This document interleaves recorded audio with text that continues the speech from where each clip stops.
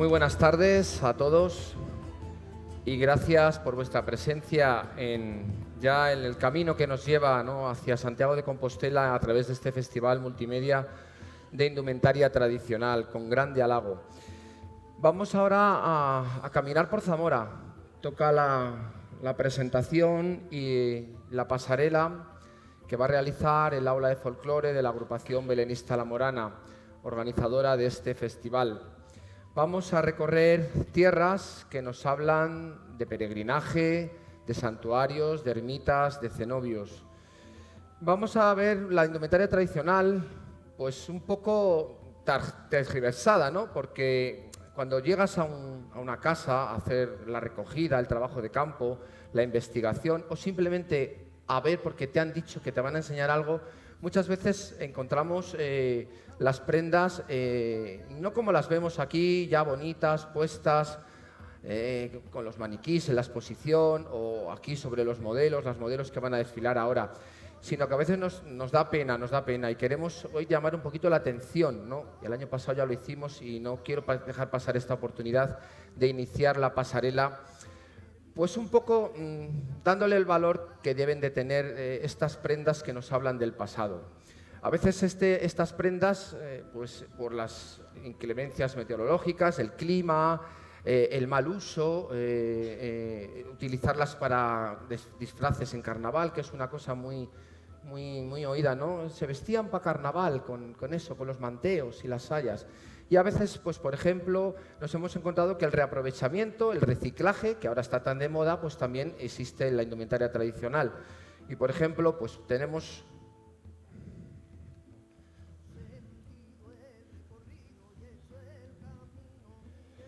lo que fue un pañuelo de lentejuelas, pues le han ido quitando la lentejuela, y solo queda la parte del dibujo que ven ahí en la parte inferior. Bueno, el dibujo lo hemos podido documentar, pero es una pena que para aprovechar en una lentejuela pues se deshaga una prenda tan preciosa y que sirvió para días de fiesta como este pañuelo de lentejuela.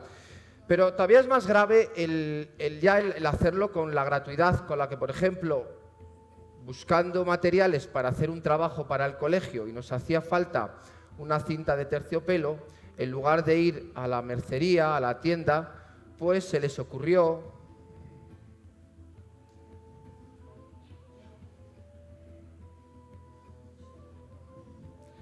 cortar el terciopelo de las bandas que decoran esta mantilla de rocador.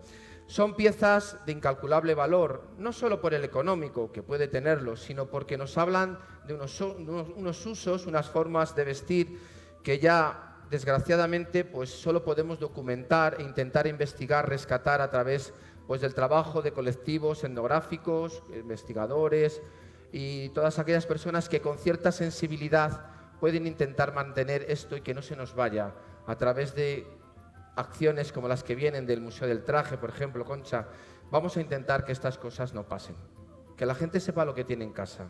Y yo creo que el boca a boca y el intentar concienciarnos unos a otros es importante. Es una pena, la verdad, ¿eh? Vamos a caminar el camino Sanabrés, el camino mozárabe que nos recorre la provincia de Zamora, también conocido como Camino de Fonseca, y es un natural itinerario que termina en la tumba del apóstol en Santiago, ¿no? Este recorrido se jalona por una red de santuarios, ermitas y cenobios que atraviesa nuestra provincia de este a oeste, y todo él se halla enteramente situado en la diócesis de Astorga, una de las más antiguas de España. Esta ruta, que en vez de subir a Astorga, comparte trazado con cañadas, itinerarios de postas y segadores o antiguas calzadas que generaron intercambios humanos y comerciales que reflejan el vestir popular y sus áreas de prevalencia e inclusión etnográfica. Partimos el camino desde el monasterio de Moreruela. Desde la margen izquierda del río Esla, la ruta se adentra brevemente en la comarca de Tábara primero, que es en la cual nos vamos a detener al principio, y bien por la villa de Tábara, donde alojaban un primitivo monasterio mozárabe, o bien por la localidad de Faramontanos para alcanzar el pueblo de Bercianos de Valverde, se cruza el río Castrón y ya se accede al Valle del Tera. Tábara está situada en las estribaciones de la Sierra de la Culebra y el paso a las planicies de la Tierra de Campos y del Pam. se muestra permeable en usos populares en el vestir, como ya comprobaban los alumnos de la Escuela Madrileña de Cerámica en el año 1948 y en el año 1949, con sendas campañas de trabajos, como sabéis, que hacían en diversas partes del país. El trabajo de campo que hemos realizado desde la aula de folclore de La Morana en las localidades de Pozuelo de Tábara, Ferreruela, Faramontano, Santa Eulalia o la propia Tábara arroja un buen número de prendas testigo de uso general en los últimos atisbos del traje popular. Vamos ahora a ver esta indumentaria de Tábara. Vamos a observar cómo ya son prendas de corte más moderno las que vemos, no son esas prendas tan arcaicas o tan definidas que tenemos en otras de las comarcas zamoranas, sin embargo, mantienen una propia idiosincrasia, una forma de vestir que la verdad es que merece la pena disfrutar y conservar. Tenemos en el escenario a 2 hombres y a 5 mujeres, vestidas a la usanza festiva de la comarca tabaresa. Como veis, hay color, hay bastante color. Esto se consigue gracias al uso de los pañuelos de talle, a los pañuelos de hombros, que llamamos, ¿no? Y también a los pañuelos de cabeza. Fundamentalmente hay muchos tipos. Cuando hemos hecho el trabajo de campo hemos encontrado muchísima variedad de tejidos, de textiles, de diferentes fórmulas. Pero básicamente la figura es la misma, ¿no? Lo que se pretende es recoger el busto, marcarlo, marcar la cadera desde la cintura y con amplio volumen lucir una saya, ¿no? El efecto, variando los modelos en todas las figuras, es el mismo. El hombre, por contra, utiliza el traje de calzón, el traje de calzón usual en la mayoría de las provincias españolas, con unas definiciones que varían un poco, sobre todo en el estilo, en el corte del chaleco, que pudiera ser cruzado o un poquito más ya cuello smoking, un poquito más moderno, ¿no? Ese material del chaleco es el que va un poquito a darle la personalidad, ¿no?, al traje.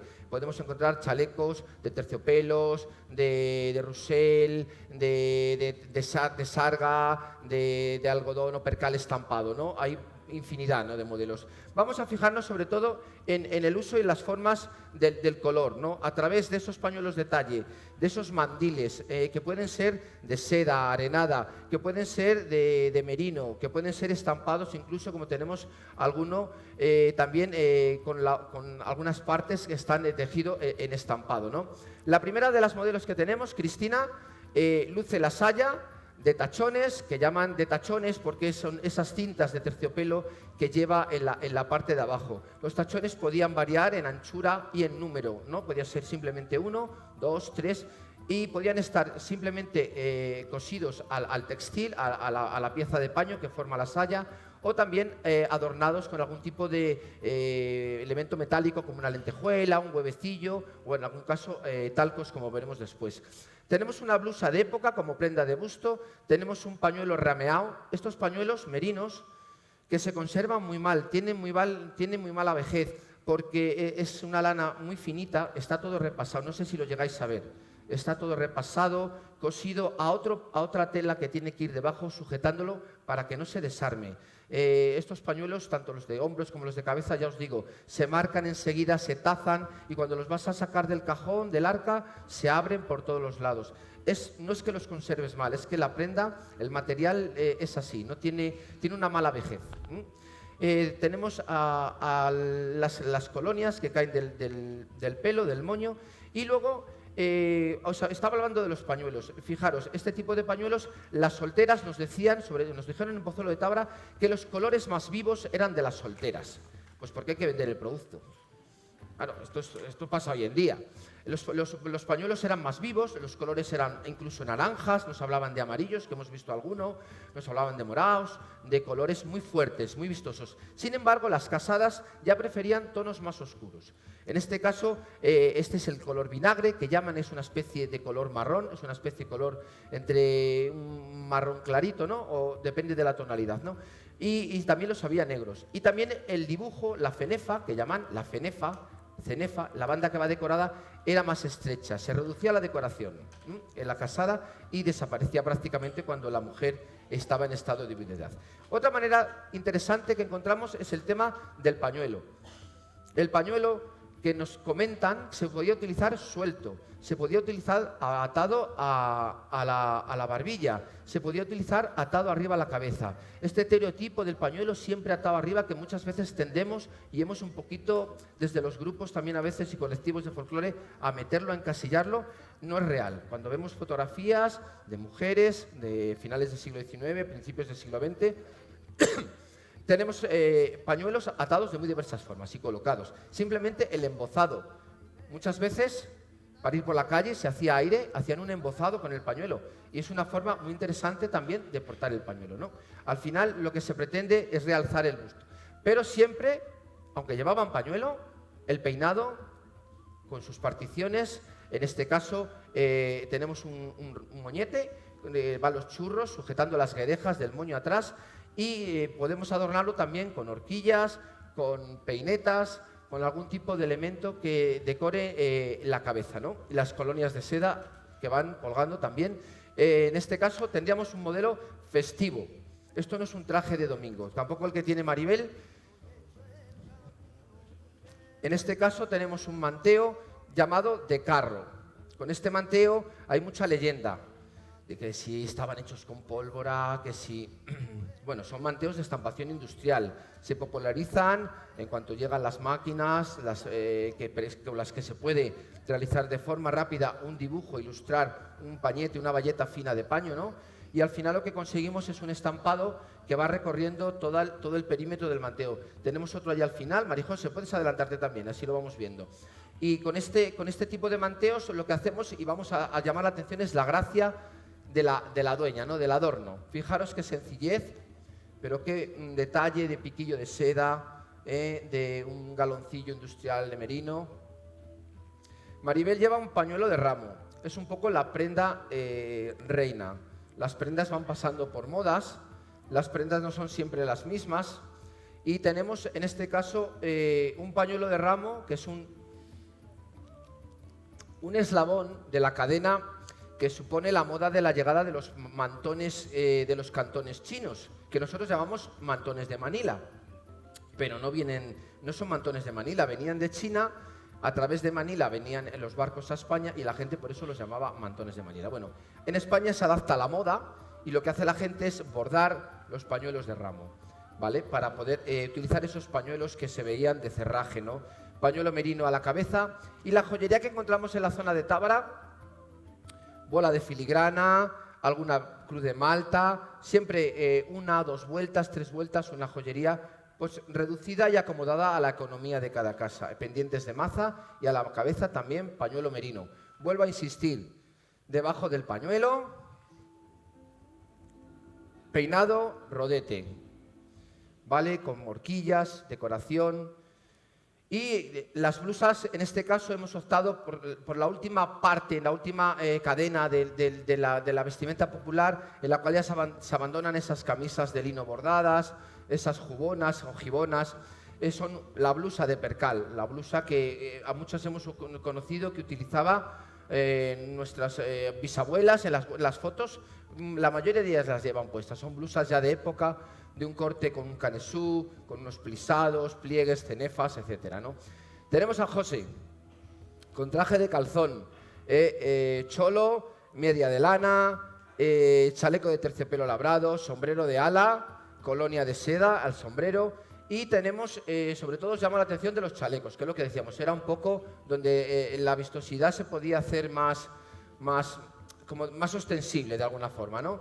Y a veces en detalles como, por ejemplo, simplemente la vuelta de una blusa de Villaretes o el remate sencillo de un bolsillo, es donde se ve el detalle, la sencillez de la prenda, pero también la riqueza de materiales. En este caso tenemos faja de merino negro, y el conjunto, pues realmente no podríamos decir que es un conjunto muy definido de una comarca, porque realmente los encontramos en muchos sitios, pero realmente en algunas comarcas las características del traje masculino se pierden enseguida. Llega la comunicación, llegan esas vías de contacto, llega el tren, la gente viaja y la gente se compra ropa y se compra y se viste al uso pues de cómo se viste en la ciudad, y los hombres son los primeros que abandonan siempre la indumentaria tradicional. La mujer todavía aguanta un poco en ese reducto. Ese reducto que podemos ver, por ejemplo, Chelo, en el tipo de forma de vestir, sobre todo. Porque salvando las distancias, por ejemplo, que Chelo está vestida con la saya de paño, el pañuelo merino a la cabeza, salvando las distancias con una saya de percal negro y un pañuelo negro, sería una persona de principios, casi finales del siglo XIX, principios del siglo XX, y con esa fisonomía se puede perdurar casi hasta el siglo pasado nuestro, hasta que ha empezado el siglo XXI. Todavía hay mucha gente en algunos pueblos que se sienta, muchas señoras mayores que se sientan en casa a la puerta con este tipo de pañuelos así colocados, atados, sujetos sobre los hombros, dejado al caer simplemente, ¿no? Vamos a ver en el trabajo de campo que hemos hecho cómo estas prendas se utilizaban de muchas maneras y sobre todo se utilizaban en diferentes formas y funciones. Es decir, cuando decimos traje de fiesta, es una cosa tan genérica, ese concepto, yo le diría el traje de la fiesta, porque ahora a lo mejor para una determinada fiesta, para un día y a lo mejor una vez en la vida. Este sería un traje de rumbo, este sería un traje, como diría yo, para una fiesta ya de repicar, de incensar, ¿no? Una fiesta importante. Si tuviéramos podemos quitarlo.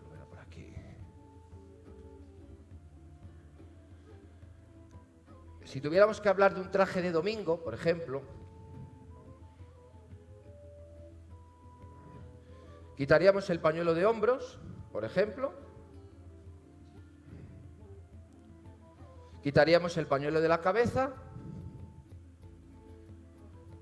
como decíamos antes, el pañuelo cubre el peinado, no por taparlo, sino por comodidad, para que no se manche, porque la gente, la higiene del pelo tampoco era como la que tenemos ahora. Quitando las cintas y el mandil, dejándolo en un mandil de percal, este sería un traje de domingo. Sería un traje de domingo, de ir a misa, de una cosa más. Pero todos estos aditamentos serían el traje ya festivo. Gracias, Chelo. Vamos a seguir con Pilar. Vemos en la saya, en la misma tipología, pañuelos merinos, joyería de oro, las colonias. ¿Os acordáis que decíamos antes la decoración sencillita, de huevecillo, de talcos metálicos, abajo en la parte adornando en la saya? Fijaros también en la gracia al guardar las prendas, importante, que lo habíamos comentado. Muchas veces una misma prenda coge otro matiz, coge otra forma, otro volumen. Fijaros esta saya cuando se pliega, y se guarda de una determinada manera. ¿Con qué objetivo? Con que cuando tú abres la saya, tú te la pones, se despliega y el efecto es diferente. Esto se encuentra en muchas zonas, en nuestra provincia, en Zamora, y en algunos manteos de Tábara lo hemos visto, este plegado, que no son pliegues pequeñitos, son como pliegues anchos, sin llegar a lo que veíamos esta mañana de Navalcán. Gracias, Pilar. Traje de calzón nuevamente con Edgar, morteguís, con hebilla de plata, tenemos calzón de paño, chaleco de terciopelo, en este caso rayado, la chaquetilla ajustada, sombrero de ala adornado con una colonia. El traje de hombre funcionalmente varía muy poco entre lo que es un traje de diario y un traje de domingo o de fiesta grande. Ahí lo que entra es un poco la conservación de la prenda. Se dejaba la ropa más usada, más gastada, para el trabajo diario, y lo que hacían era reservar las prendas nuevas, las más vistosas, para las ocasiones especiales, si fuera domingo, si fuera una fiesta, si fuera una boda, ¿no? Gracias, Edgar. Y terminamos con José.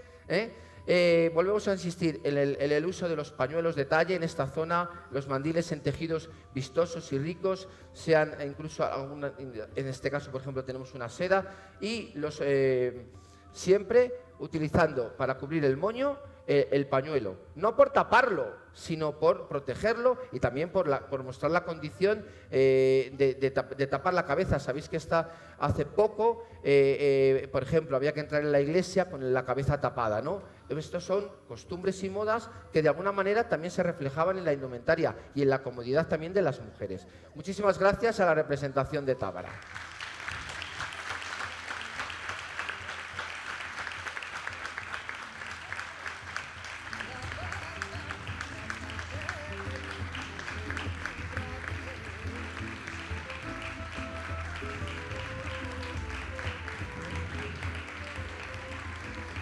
El camino Sanabrés continúa atravesando el río Castrón por Villanueva de las Peras para continuar desde Santa Marta de Tera, ya en la fértil ribera del río, por las localidades de Santa Crolla, Calzada y Olleros de Tera, en la comarca de los Valles, que ya protagonizaba la pasada edición del festival y en la que destacamos la riqueza del adorno femenino como directa influencia de los talleres astorganos, además de las formas y usos del vestir de las comarcas leonesas limítrofes.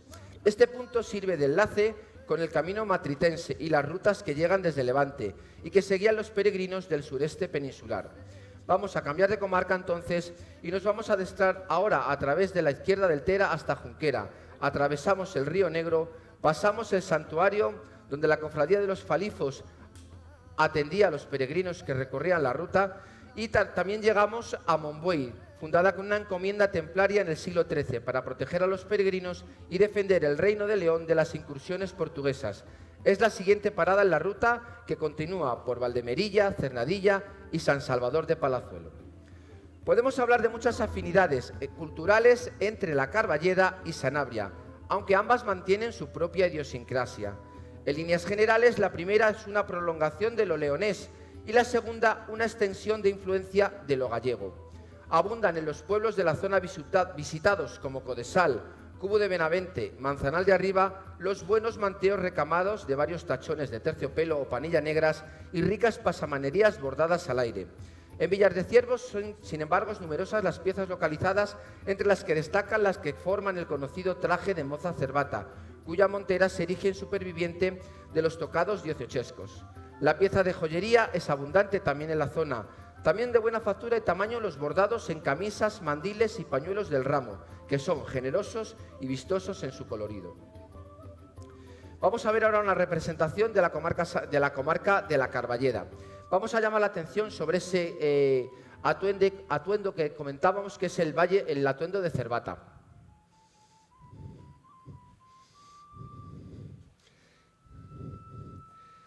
Es un traje en el cual hay unas pervivencias, quiero llamar la atención, porque fundamentalmente, por ejemplo, en la forma, en el corte de las prendas, las mozas, porque ese era un traje que solía lucir la mocedad, es otro de los conceptos que hay que tener en cuenta. Van saliendo conceptos y yo le doy una pincelada, ¿no?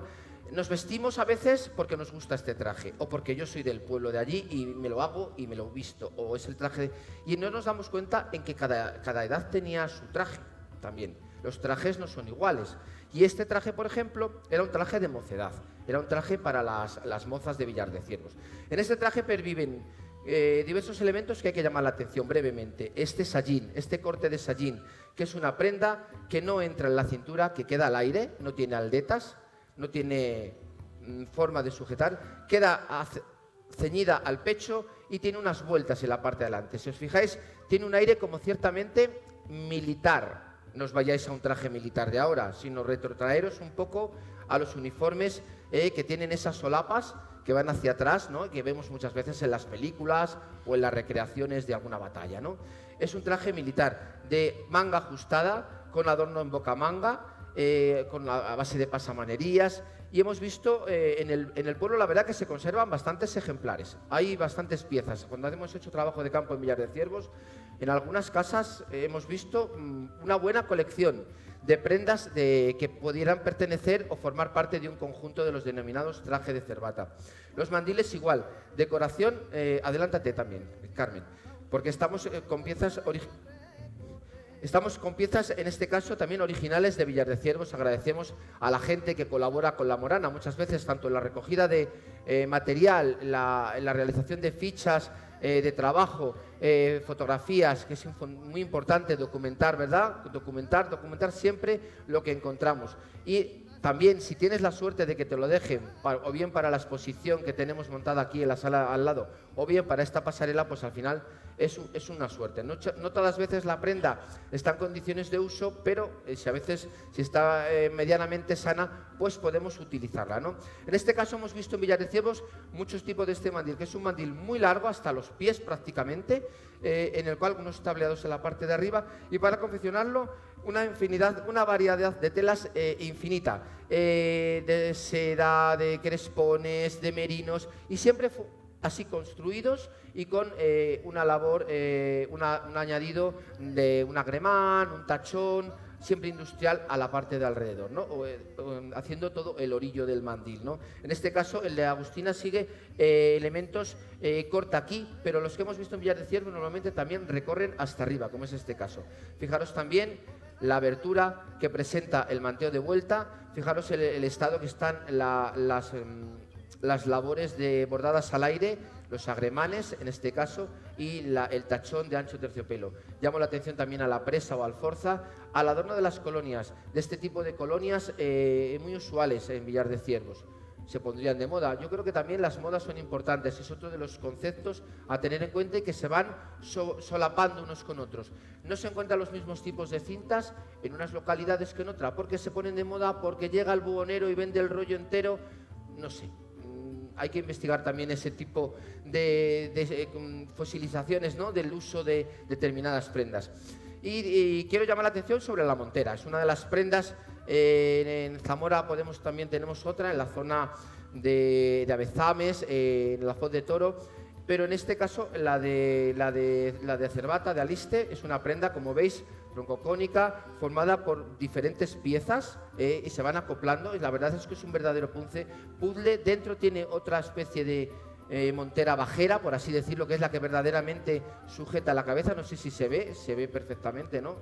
Y luego esta vuelta que tiene aquí, que vemos en otro tipo de montera también, incluso nos emparenta, ¿no?, con esas monteras que vemos altas del norte de la península, ¿no?, y que también pudieran tener el mismo origen la prenda. Al final estamos ante un tocado del siglo XVIII que utilizaban mujeres y hombres y que ha pervivido muy escasamente y con coletazos en localidades como por ejemplo el de Villar de Ciervos. Vamos a ver ahora los trajes de manteo. Carmen Borges y Carmen Domínguez, ¿no? Tenemos dos trajes de manteo que lo que se ve es, y estoy diciendo manteo, dice, ya se ha equivocado, lo ha dicho rodado. No, estoy diciendo manteo, porque allí lo llaman manteo. Otra cosa que hay que tener en cuenta a la hora de la recogida y la recopilación, el vocabulario, es una cosa, una riqueza tal. Lo que nosotros en algunos sitios conocemos como rodado, pues en otras zonas no es un rodado. Son manteo de vuelta, manteos abiertos. Es el característico manteo. Fijaros cómo están rematados. Fijaros la gracia en cortar el rodo con esas pequeñas cortes al aire, ¿no? Muy de la comarca, en redondel, en picos al aire, que es una bobada, pero dice que en esos detalles está la gracia de la costurera, ¿no? Esos tachones, cómo se desarrollan a lo largo de todo el perímetro, y importante también la presa. Esta alforza o lorza o pestaña que algunas señoras se han dedicado a deshacer para alargar los manteos, por favor, no las deshagáis, porque esto hace la figura, esto hace que esto abra y que quede encampanado y que vaya en su sitio. Y muchas veces, la mayoría de las veces, la decoración pasa encima de la alforza. La ven, ¿no? Incluso con el dibujo, cuando es un dibujo picado. Entonces, estas alforzas, estas presas, no están puestas porque quedara largo, ¿no? Están hechas de propia intención. Y en la mayoría de las comarcas, en unas comarcas las tenemos a la altura de la cadera, luego van bajando, en otras se estilan por aquí, en la zona de la mitad, de la pieza, y por ejemplo, aquí las tenemos, la ven, en la parte de abajo, ¿no?, en la zona de la carballeda. Aquí tenemos dos pañuelos de ramo. Fijaros qué maravilla, dos piezas originales, en las cuales hay un colorido y una explosión de color que contrasta mucho, los vamos girando, con, por ejemplo, las prendas que se utilizaban más a diario. Nos hablan de prendas de pardo, de prendas oscuras, negras, de que prendas que no había cuidado en mancharse, en engancharse, en tenerlas todo el día, porque eran prendas de trabajo. En este caso, con un paño de ofrenda y con un cesto para ofrecer el pan bendito, que era una de las costumbres también de la zona. Sería un traje de una fiesta especial, un traje de fiesta mayor, igual que el de Carmen. Tenemos una jubona, tenemos una chambra de algodón, de merino, con labor de brochado, y una jubona, una chambra también, perdón, con cinta, con una pasamanería aplicada, para conseguir un efecto rayado. A lo mejor la señora, vemos también la joyería, que en este caso tenemos calabazas y unas arracadas. Y llamo también la atención de las camisas, de las verdaderas joyas que encontramos en esta zona de la Carballeda. Camisas con pliegues finamente trabajadas en puños, pecheras, hombros, y que nos hablan mucho de esa relación con todo el bordado de tejidillo, con esa relación de esas labores que nos ponen en contacto con otras áreas en las cuales estamos tremendamente influenciados y nos devolvemos y nos comunicamos a través de esas rutas comerciales, esas rutas humanas que, por ejemplo, supone el Camino Sanabres en la provincia de Zamora. Gracias, chicas.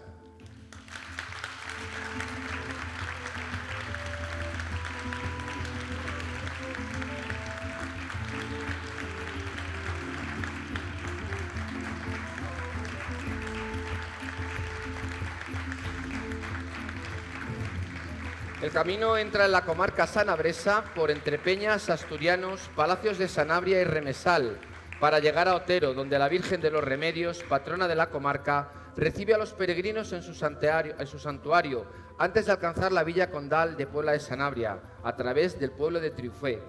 Fue el rey leonés Alfonso IX, que recorría como peregrino esta ruta en la primavera de 1225, quien dotó de carta a Puebla en 1220 a la villa de Puebla de Sanabria y reforzaba la frontera con su castillo y defensas para el periodo medieval. A partir del siglo XV pasaba a depender Puebla de los señores de Pimentel, condes de Benavente. Nos encontramos en una comarca claramente segmentada geográficamente. La Baja Sanabria se compone de la Requejada, con el curso del río Negro, el Valle del Tera, desde la Sierra Segundera hasta la Culebra y el Valle del río Castro, mientras que la Alta Sanabria se inscribe entre las Portillas del Padornelo y de la Canda, con los valles del Tuela por Lubián y el Vivey por Enmisende. Un aplauso a nuestros compañeros que lucen la indumentaria de Sanabria.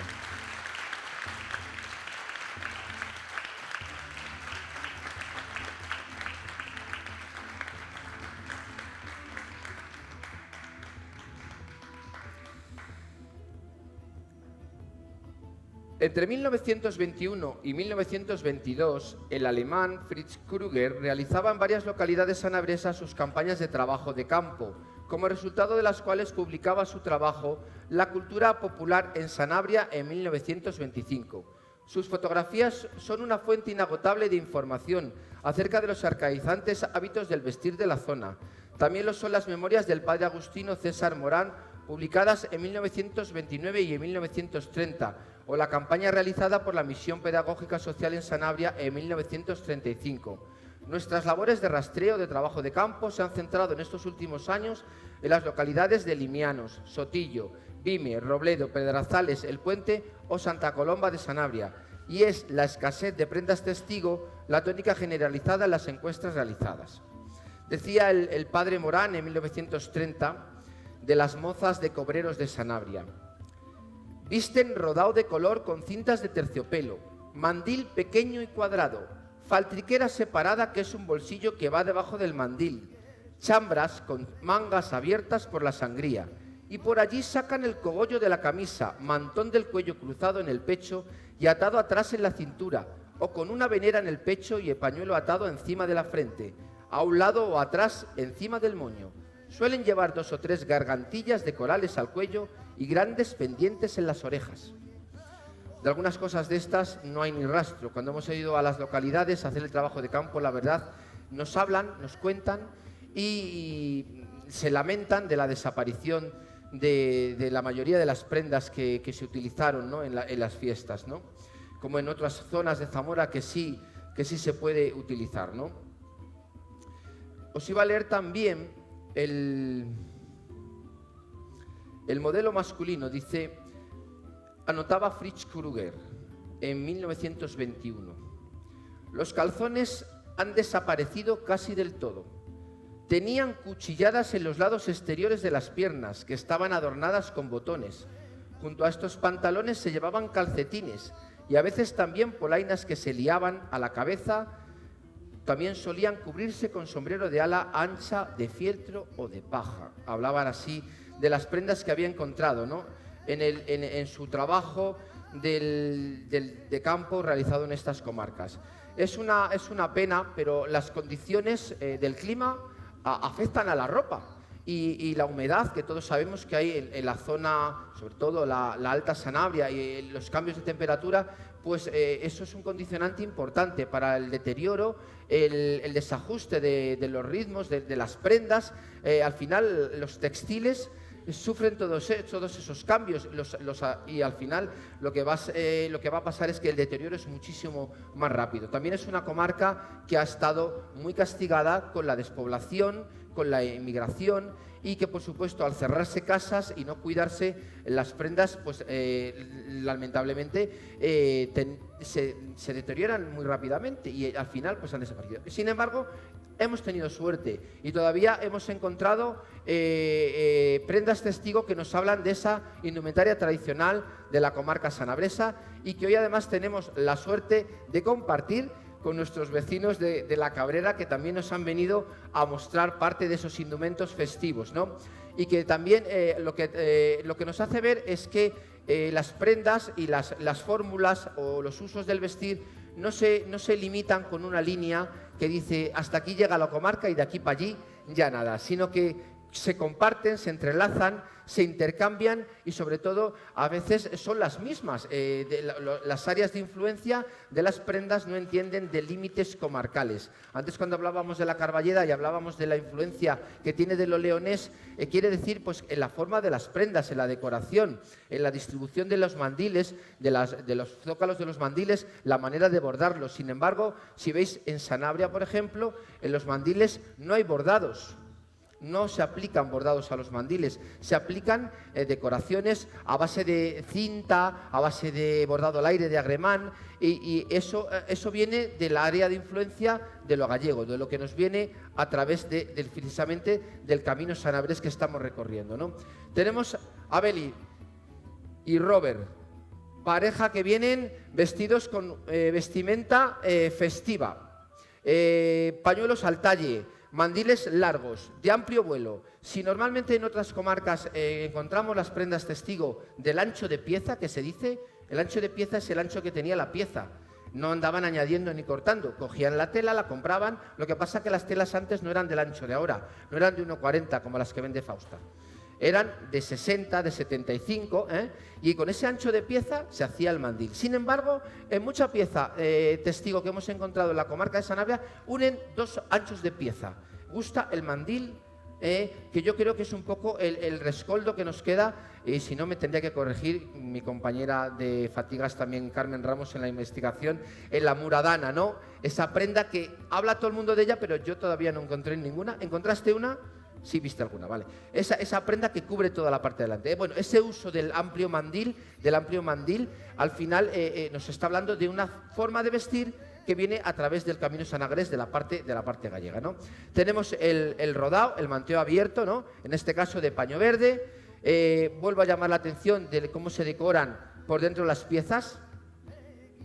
Esto no lo va a ver nadie, se supone, ¿no? Pero decoramos el rodo en la parte interior, porque cuando damos una vuelta en el baile, pues a lo mejor se levanta un poco el pie y queda muy bonito, ¿no? Tenemos aquí otro rodado, que es una decoración más sencilla, y tendríamos el manteo bajero, ¿no? Tenemos unos mangones sobre la camisa, camisa bordada en dos colores, azul y rojo en este caso, y pañuelo merino también a la cabeza. Los candaos, como llaman allí en Sanabria, a los pendientes, los candaos, ¿no? Se siguen llamando así. ¿Te has comprado los candaos? Son los pendientes, no es porque esté la presa, la chica, ¿no? Y a la cabeza, pañuelo de seda con cerra, volando. Roberto lleva traje de calzón, cuya característica principal, y que hemos visto que recogen esas notas de los investigadores que han recorrido la comarca, pero que también es un poco el uso de paño, bayeta para la confección de chalecos, o incluso lino fino, como tenemos en el traje que tenemos en la exposición y que nos cedía nuestros amigos de Bajo Duero, ¿no? Tenemos media, en este caso parda, el uso del calzado con suela de madera, las inclemencias del tiempo y sobre todo el estado de las calles, como podemos comprobar en algunas grabaciones de época, ¿no? De que es un puro barrizal, no existe el asfaltado, ni existe ni han dado piso a las aceras. Bueno, por favor, qué cosas tengo. Cuando ves las fotografías las de Fritz Krüger, cualquiera de los que antes de la guerra civil recorrían la comarca, te das cuenta del estado, de la forma de vida que tenían aquellas gentes, y que vestirse así para ellos era como una cosa tan especial y tan espléndida, que pues ahí echaban, ¿no?, el resto en ese día, ¿no?, de la fiesta. Sombrero de ala a la cabeza y la camisa de lino bordada, en este caso copiada de una, ¿verdad?, exactamente, que teníamos en Rosinos de Sanabria. Esta camisa, la original, era de Rosinos de Sanabria. Tenemos a Marisa y a Tita. Dos trajes también de manteo. En este caso os voy a dar la diferencia, por ejemplo, para que veáis un poco también cómo trabajamos nosotros en La Morana con el tema de la confección, la reproducción y la restauración de prendas. Por ejemplo, Tita ha hecho una reproducción. Hemos utilizado las fotografías de Fritz Krüger para hacer la reproducción del manteo de vuelta, en este caso también con tachón de panilla de terciopelo, guardando también la costumbre de la abertura, el mandil de percal estampado, una chambra de pañete con unos adornos de panilla negra en puños y en pechera, y luego tendríamos el pañuelo de rosas de percal estampado y un pañuelo merino. El traje, bueno, los pañuelos son antiguos, pero el traje, la indumentaria, es una reproducción que hemos hecho en nuestro taller, ¿verdad? Acabamos de terminarlo, ¿no? Sin embargo, estamos con el traje de Marisa, y el traje de Marisa es de Pedrazales, ¿verdad? Que nos lo han dejado, y nos lo ha dejado, dilo, tu vecina, pero dices por se lo ha dejado la vecina. Marisa tiene casa en Pedrazales y ha sido fácil, bueno, fácil. Pero a mí me ha gustado mucho esta pieza, porque fijaros en esta pieza la decoración, que es rompe un poco el esquematismo de lo geométrico, y se mete ya en unos motivos florales, unos motivos, incluso un adorno de cadeneta de bordado. Nos contaba, ¿verdad?, que se lo habían hecho para el baile, ¿verdad?, y que le gustaba mucho bailar, Angelina, sí, pero que le gustaba mucho bailar, y que el rodado, el manteo en este caso, que ellos lo llaman manteo de vuelta, manteo, se lo habían hecho para el baile, o sea, para ir al baile. No era una cosa de ir a misa, no era una cosa sino que era un traje para ir al baile, para el sarao de la fiesta, ¿no? A la cabeza llevamos manto, pañuelo merino, unas manos de plata con los pinjantes, que son un poco, reflejan propician, dicen, la fertilidad, ¿no? Estos elementos que cuelgan, que son como pequeños pezonzuelos, ¿no?, de estas arracadas. No sé si las llegáis a ver, yo creo que sí, se ven perfectamente. Y pañuelo de percal estampado a la cabeza. Muchísimas gracias. Tenemos a Mer, y Mer nos enseña también un manto de respeto, el dengue. Voy a quitar el manto, ¿vale, Mer? Para que se te vea la cara, hija. El manto de respeto, que es una prenda que, claro, al perderse el uso de estas prendas y no formar parte estrictamente de lo que es el conjunto o el estereotipo festivo, ¿no?, que podemos utilizar para seguir manteniendo el uso de estas prendas al final desaparecen. Encontrar este tipo de prendas es muy interesante, porque nos habla mucho de esos usos, sobre todo para qué y cómo y de qué manera y cómo se portaban las prendas. Y le he quitado porque quiero que veáis también este dengue, que es original, como los que tenemos puestos en la exposición, que de verdad que nos ha costado encontrar este tipo de pieza muchísimo. Han sido viajes y conseguir ya no localizarlos, también la cesión amable de las personas, de los propietarios, que al final nos dejan estas prendas para que hoy las podáis ver aquí y se puedan disfrutar luego a través de las redes sociales. El manteo de vuelta con un adorno de tachón, de terciopelo, y fijaros aquí la gracia, que el terciopelo tiene una marca y se utiliza la propia marca, y en algunos casos el orillo ese que llevan los tejidos, que es un filito blanco o con amarillo a veces, y nosotros ahora cogemos y lo cortamos y lo quitamos, en algunas prendas antiguas forma parte de esa decoración y se ve, o sea, lo usan, es un elemento que tiene el tejido y lo usan a favor y forma parte de la decoración de la prenda, ¿no? El manto. Y luego la rosca, que hemos añadido y que Merce lleva sobre ese mandil amplio también de panilla negra. Este es un mandil de moco de pavo, ¿por qué se llama así? Pues yo creo que sale a la vista, ¿no? Esta especie de flocaje que lleva, que es muy peludo, que lo tocas es como peludillo así, pues lo llaman el moco de pavo, ¿no? Y agremán bordado al aire, hecho de forma a mano, de forma artesana, ¿no? Y que es una técnica muy interesante, la verdad porque ahora cogemos y vamos ahí, compramos, dame 12 metros de agremán, que estoy haciendo un rodado, y antes el agremán se hacía, y hay mucha gente que todavía lo hacemos. Entonces, esa labor que se va bordando al aire a través de cordoncillo de seda y luego se rellena con los cortadillos de cristal de vidrio negro, que no son azabaches, nada de lo que vemos por aquí son azabaches, todo es vidrio negro. Es una especie como de macarrones, pero minutos chiquititos de cristal negro. Se mete en la aguja y se van aplicando y se van trazando como hilos de araña y queda en el aire, ¿no? Es un bordado hecho en el aire, ¿no? Os decía que llamó la atención del elemento que hemos puesto como de atrezo, ¿no? en este conjunto de indumentaria, que es la rosca, que nos las han hecho. Son las roscas que se llevan en San Martín de Castañeda y todavía se hace esta fiesta en septiembre, a la fiesta de la Virgen Peregrina. Adornan el ramo con ellas, ¿verdad? Luego cantan allí la loa, la canción a la Virgen, y se subastan para sacar dinero para la fiesta, para pagar la fiesta, ¿no? Entonces, lo que queremos señalar es que este tipo de prendas muchas veces iban asociadas a una festividad, a un día al año y a la edad que tenía la niña que le tocaba cantar la fiesta, ¿no? Y quedaba ahí. Luego, oye, el uso que hacemos ahora es diferente, pero en aquel momento estaban pensadas y concebidas de otra forma. Muchísimas gracias, Met. Bueno, y vamos a terminando con la presencia aquí, y quiero agradecer a los miembros de Aires del Cabrera que nos acompañen en esta tarde en el escenario del Teatro Ramos Carrión. Nos vamos a poner para adelante los cuatro, así. Y vamos a ver en el contexto en el que estamos, cómo ellos también están recopilando, están trabajando también ese tema de la indumentaria tradicional. Aparte de todas las actividades que hace la asociación, me comentaba Edilberto que estáis encontrando muchas piezas y que a veces os traen cosas incluso porque hay gente que se entera de vuestro trabajo, de vuestras actividades, y os llevan prendas para que las conozcáis, para que las veáis, incluso para que las conservéis y las podáis tener, ¿no? Que eso es muy interesante. Como veis, la forma del vestir se asemeja mucho. Somos vecinos de Linde, ¿no? Y muchas veces el vestir, la mayoría de las veces, no entiende de fronteras. Tenemos en la primera moza, te puedo poner sí, claro.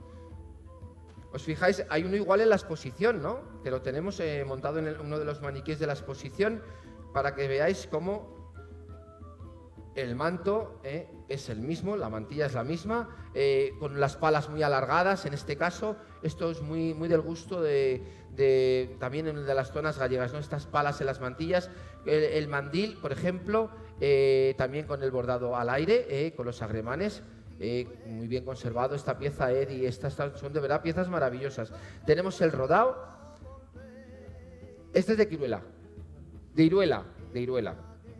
El pañuelo de ramo, con las colonias cayendo, que lo veíamos antes puesto. La gracia de los tachones, fijaros las vueltas, la saya. Bueno, primero tenemos el rodado y luego va un tercero, Van tres, ya hemos visto varios con los tres, Conseguir la figura, la campana, era uno de los cánones de belleza que más buscaban, ¿no? Las chicas, ¿no? Sobre todo determinada etapa, y buscar esa estrechez de cintura, esa amplitud y sobre todo que abra abajo y se encampane, se empompone el traje, ¿no? Muchas gracias. Aquí tenemos la moza que va a misa, va con el cerillo, ¿no? El cesto, la oferta.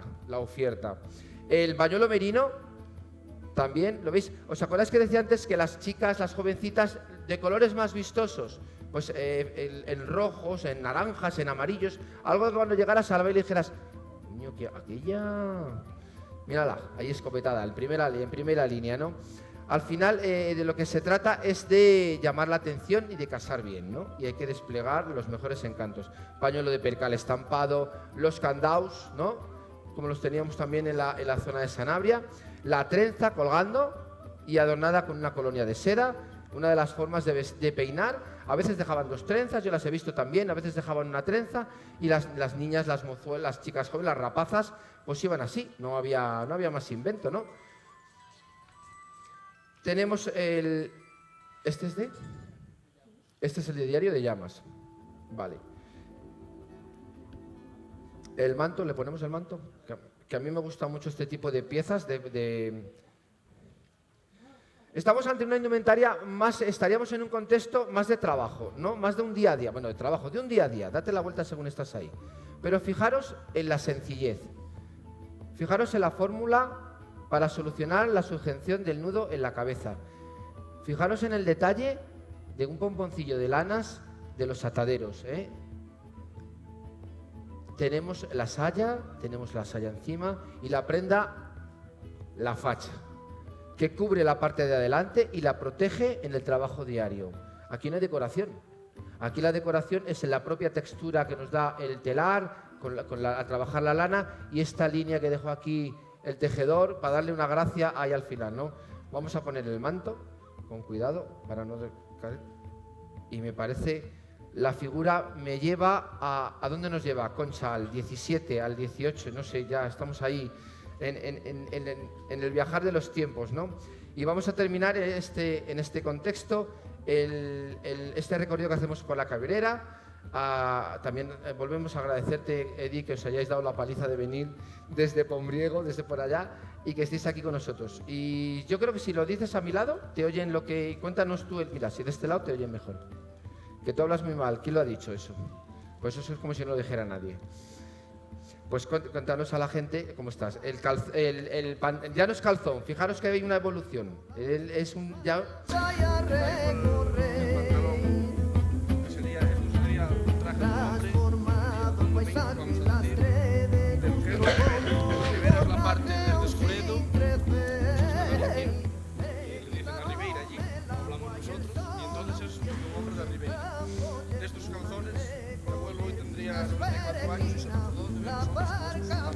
Todavía usándolos.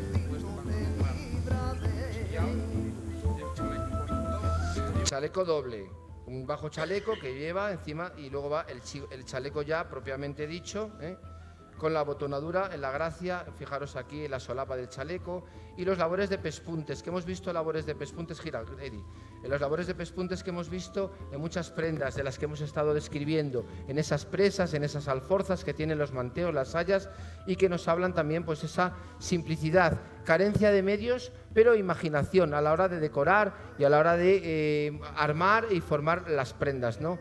Por ejemplo, la chaqueta, la que tiene aquí Edi sobre el hombro, con una simple galoncillo de merino, o cambiando el color de la solapa para crear un juego ya de tonalidades y buscar de alguna manera una decoración y darle una de forma sensación más festiva, ¿no? Más chula, ¿no? En la cabeza sombrero de ala, la colonia de seda, que era un lujo y no todo el mundo se la podía permitir. Una cosa como muy importante. Exactamente. Muchísimas gracias a todos por haber estado con nosotros hoy aquí y despedimos ya esta estampa sanabresa y de la Cabrera.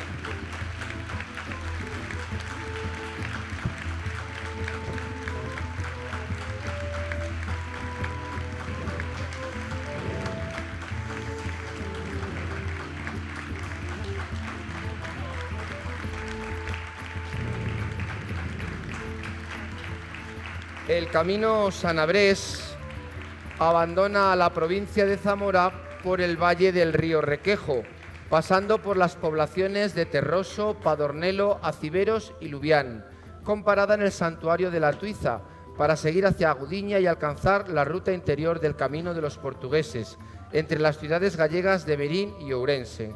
No hay duda de que esta ruta surgió de un itinerario trazado entre todos estos santuarios y hospederías, por el transcurrir de los peregrinos que encontraron al correr de los siglos la hospitalidad de las gentes de esta tierra, rubricada con el firme apoyo de la corona y las órdenes mendicantes.